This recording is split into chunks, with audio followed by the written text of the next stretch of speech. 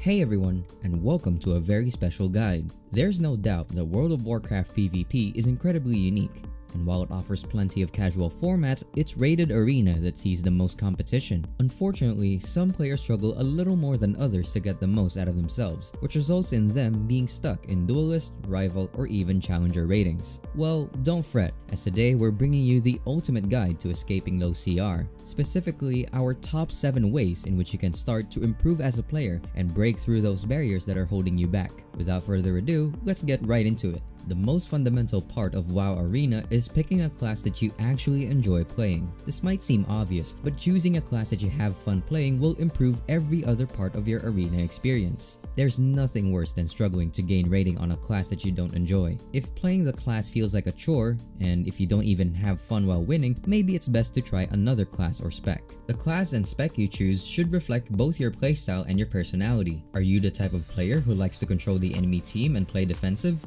Warlock might be the class for you. Warlocks and mages have spammable CC with Fear and Polymorph that allows them to slow down the pace of the game by shutting down kill attempts. Do you like playing aggressive, charging into the enemy team and doing as much damage as possible? Then Warrior might be your class. Class identity matters. If you have lots of fun playing a spec, you will be more motivated to improve.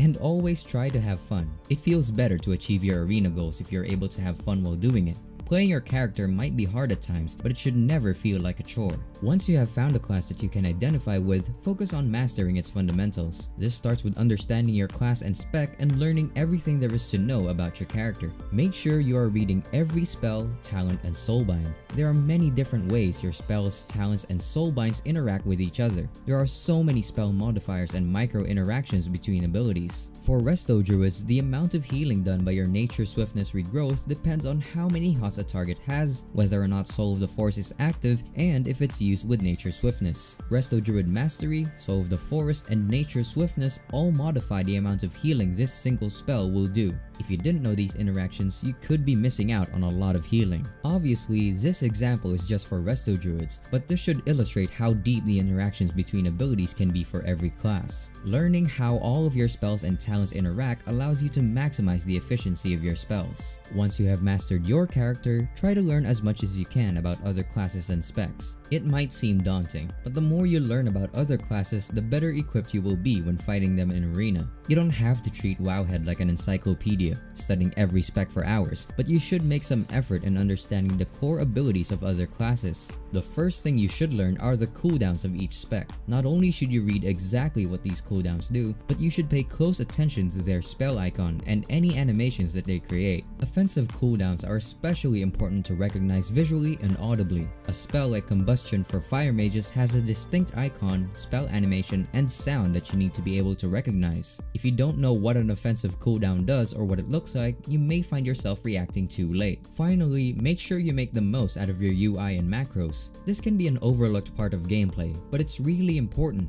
Imagine being frustrated that your feet are too close to the steering wheel of your car, and then imagine someone showing you that you can simply back your seat up so your legs sit better. This may seem like a silly example, but playing with a bad UI is like being uncomfortable in your own car. Your UI should always make the game easier to play. Generally speaking, minimalist and information-dense UIs are really good for PvP. You don't want to have a plain UI with absolutely no information. You need to be able to track things like interrupts, enemy cooldown usage, and enemy buffs. Your add-ons should help you see things going on in arena, and they should communicate vital information to you and your team. They should not create a cluttered environment that makes the game harder to play. After you've mastered the fundamentals of your class, it's time to choose a comp to play in arena. Your success in arena depends not only on your skill as a player, but also on the 2 other players you will be queuing with in 3v3. It is highly recommended that you try to choose the best possible comp for your class in arena. You should stay up to date on arena tier lists, seeing which comps work well with your spec. Always try to play the best comps for your spec,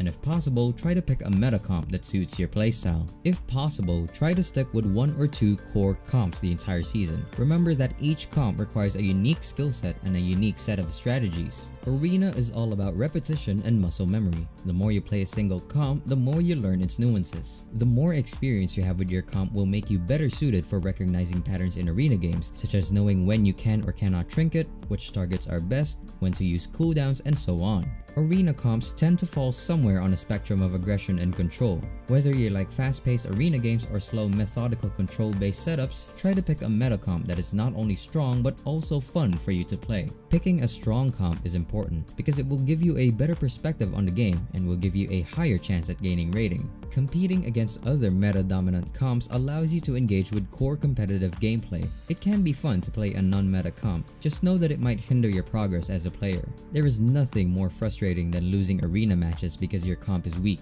And if you want further proof, just look at the teams that compete in the Arena World Championship. In almost every tournament arena game, they are playing strong meta comps. If you find a comp that performs well in the meta and suits your playstyle, try to find partners with the same goal as you. Always seek out other players who are willing to grow and learn with you as a player. Building team synergy will be incredibly important for your long-term success. Part of this synergy includes having effective communication and knowing how your partners react in specific situations. We all have our strengths and weaknesses as players, but it can take a long time to recognize the specific strengths and weaknesses of your partners. You might find that your healer tends to panic when getting trained. This doesn't necessarily mean that they're a bad player, but rather that you might have to learn how to cover this weakness. The more you play with your partners, the better you will become at covering their weak spots. At the same time, they will be learning how to play with you. Everyone on your team benefits with synergy. It may seem obvious, but remember that WoW Arena is a team game, and a team functions best when everyone is directed towards the same goal.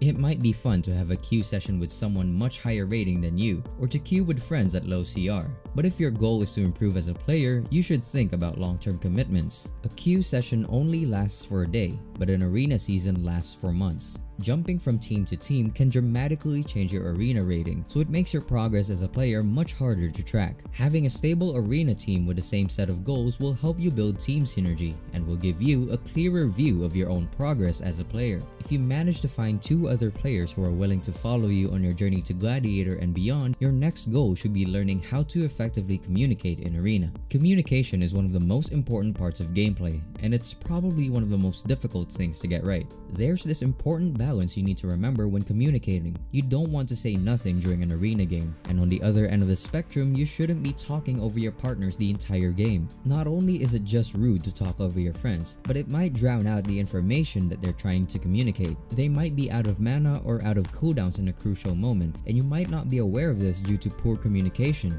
Remember that communication helps fill gaps of information for your teammates and allows you to coordinate offensive pushes and defensive plays with your partners. Comps like Rogue Mage often coordinate incredibly precise offensive pushes, and this requires all players line up their global usage within a few seconds. In order to do this, both the Rogue and the Mage have to talk out exactly when a CC will land or when a stun will be used. To get better at communicating, practice calling out as much relevant information as possible during a game. This includes things like targeting, cooldown usage, crowd control, positioning, and resource management. You don't have to announce every single global you press, but prioritize communicating what is most important. If you've learned to effectively communicate, it's time to think about your mindset in arena. Remember that mistakes happen and losing is inevitable. A friend once told me a super valuable lesson: you either win or you learn. You cannot avoid losing or making mistakes, but you can learn how to deal with them. After arena games, think about what went wrong during the game and discuss it with your partners.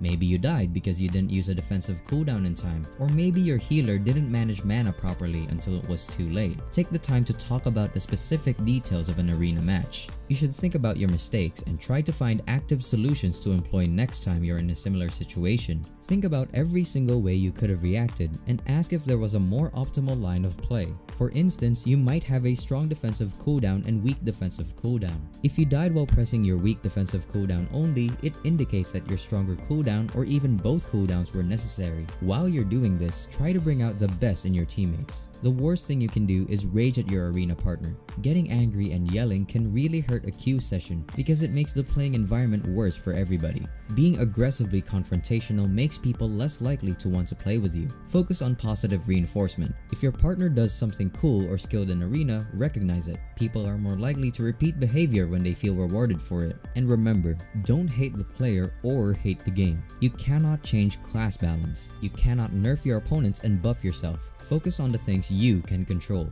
Once you have your goal set, it's time to study. Use the videos on skill capped or Twitch streams to their maximum potential. Be an active viewer by studying the gameplay of the best of the best. Pay attention to their movement, their rotation, their cooldown usage, and their communication. You might notice that a pro player is able to do a ton of damage. Try to figure out why. See exactly what globals they're pressing, when they're popping cooldowns, when they push, and when they run away. Use this information to incorporate their gameplay into your own. If possible, try to record your own gameplay. This will give you a record of every queue session and will allow you to analyze your losses. Rewatching your losses might seem painful, but remember, you either win or you learn. The games you lose often have the most important information, your mistakes. Rewatching your losses allows you to follow your own breadcrumbs, seeing exactly what went wrong. Nobody has a perfect memory of every moment of an arena game, so it can be hard to remember what you did wrong without recorded gameplay. And of course, make sure to also study your wins. Find points during arena games where things went well and try to replicate them. Finally, practice your gameplay in multiple environments. Arena might be the premier competitive setting, but test your skills in other environments. Learn to adapt in as many situations as possible. This will allow you to become a well-rounded player. PvE is an overlooked mode of practice. Use mythic dungeons and raids as a way to perfect your damage rotation and maximize your throughput.